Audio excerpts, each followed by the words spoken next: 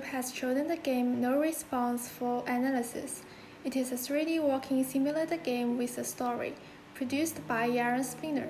The game can be played with a controller or keyboard and mouse, and takes about 10 minutes to finish. The game starts with a car accident. Our main character's phone screen is damaged, and she needs help ASAP in the middle of nowhere, but the cabin is the only sign of life in the area. On the way to the cabin, the player will receive new text messages from family members. From the text, player learns the main character's name is Jane and some stories in her life. As she gets closer to the destination, the player is hinted by some in-game prompts and text that the story is not that simple. And when the player arrives at the cabin, we walk into the room and surprisingly find out it is a ward in the hospital. And we also see a crying man and an empty bed. It turns out that Jane has been killed in a car accident, and everything we saw all the way after getting out of the car is most likely a hallucination of her mortal state at the edge of death, or the world after death.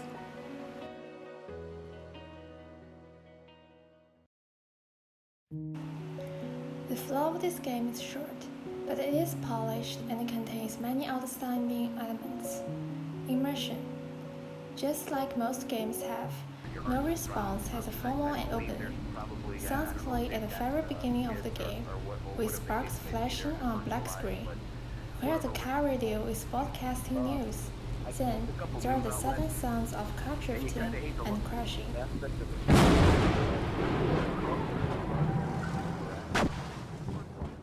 Allowing the player to use their imagination and guess that a car crash has happened, and immersing us quickly into the atmosphere of the game. The game graphics are beautiful. The 3D modeling is not complex, but with the light sources and the orange and the red hues, it shows very vividly. The player feels comfortable walking among the woods. The game's map design is simple and the guidance is clear. The player can get clues as to where to go next by looking at the signs and the direction of the road, which makes the whole game experience very smoothly. Narrative. The way to get information within the game is very simple and straightforward. Text messages. Jane will receive new text messages as she reaches new places, informing the player of the warm memories of Jane and her family once held in this very place. So little by little, they paint a picture of Jane's life. This simple yet powerful approach leaves room for the player's imagination, which is different from just playing full CG of memories.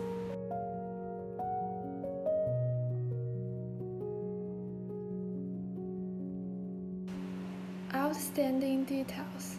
During the course of the game, the player will see illogical things, such as the flower vase placed on the highway, the bloom for the patient in the pond, the text messages received on the phone with garbled codes, as if some supernatural force is watching Jane's every move, and the tunnel with its scary sound effects.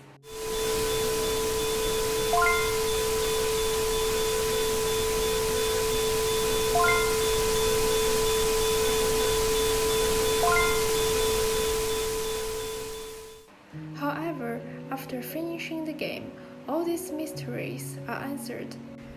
The flower vase sits on a cabinet in the wood. The radio on the side we had seen at the campsite. The balloon in the pond is tied to the hospital bed and given to Jane by someone else. These items are scattered all over the place, which might symbolize that Jane has confused the real world and her inner world. On top of that, the broken mobile phone that she can only read but can't reply might be symbolizing Jane's physical condition doesn't allow her to communicate with people in reality.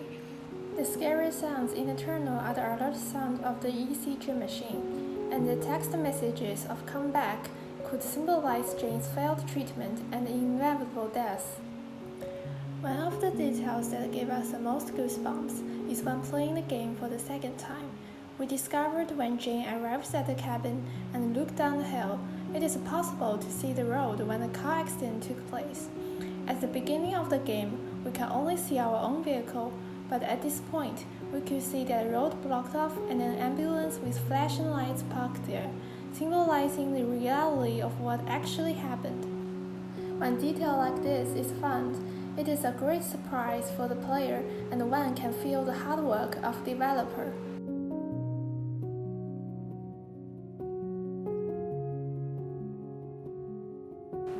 Criticisms. There's no doubt, No Response has some outstanding features, but are there any flaws? Our experience is that the player has very little sense of Jane's inner thoughts, and Jane feels like an outsider who does not speak or react.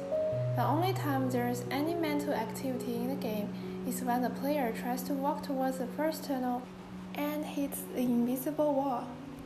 When the player sees the text messages with nostalgic content, it's just a plain view of others' memories with Jane, and this feels a little bit dry, because there's no way for us to know Jane's feeling towards these moments.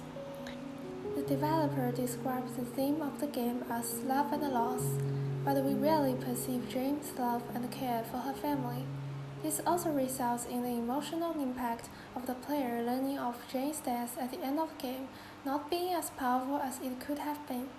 Furthermore, the game ends suddenly, leaving a lot of questions like Jane's reaction to the fact that she died. For those experienced, the idea of main character is dead is quite common in films and games. For example, the films The Sixth Sense and The Triangle, the game Detention. In these works, the discovery of the truth about the main character's death is not supposed to be the aim or end of the film and game, but as a major climax and a reversal, followed by more stories that depict how this truth affects the main character. Therefore, the story and arc of the character are more complete. If this is a demo, No Response would have been enough to whet the appetite, but as a full game, we expect more. On top of that, one thing that none of our group members was too happy with is one very upbeat music that played at the beginning and end of the game, which is out of place.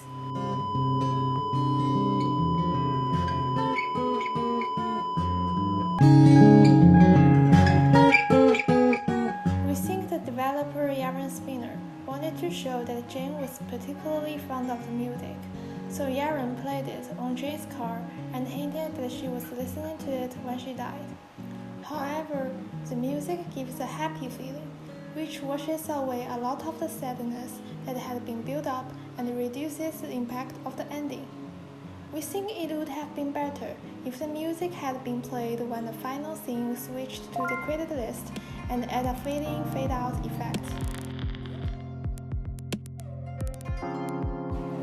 Takeaway. So, after playing No Response, what can we learn as a team? Interesting thing is, the game we are now developing is similar to No Response.